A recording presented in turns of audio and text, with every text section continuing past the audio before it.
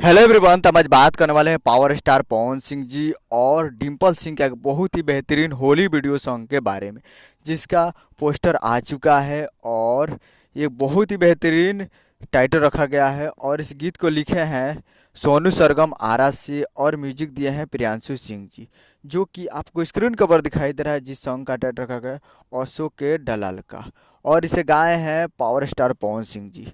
और वीडियो में है पवन सिंह जी और डिम्पल सिंह जी, जो कि काफ़ी बेहतरीन होली गीत है। और होली गीत 2023 का पहला पवन सिंह जी का है ये, और काफ़ी ज़बरदस्त है ओशो के डलल का।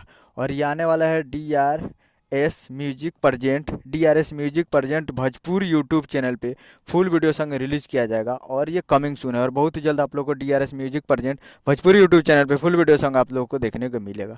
वीडियो में है पवन सिंह जी और डिम्पल सिंह जी, तो काफ़ी बेहतरीन होने वाला है। कमिंग सून है और बहुत जल्द देखने को मिलेगा। उम्मीद कर रहा हूँ कि वीडियो अच्छा लगा तो चैनल को सब्सक्राइब बेल आइकन प्रेस कर दीजिए, ताकि ऐसे खेसारी लाल यादव जी और पवन सिंह का लेटेस्ट न्यूज़ लाते रहे। और वीडियो को एक लाइक कर दिए। मिलते हैं अगले वीडियो में, तब तक के लिए जय हिंद जय भोजपुरी।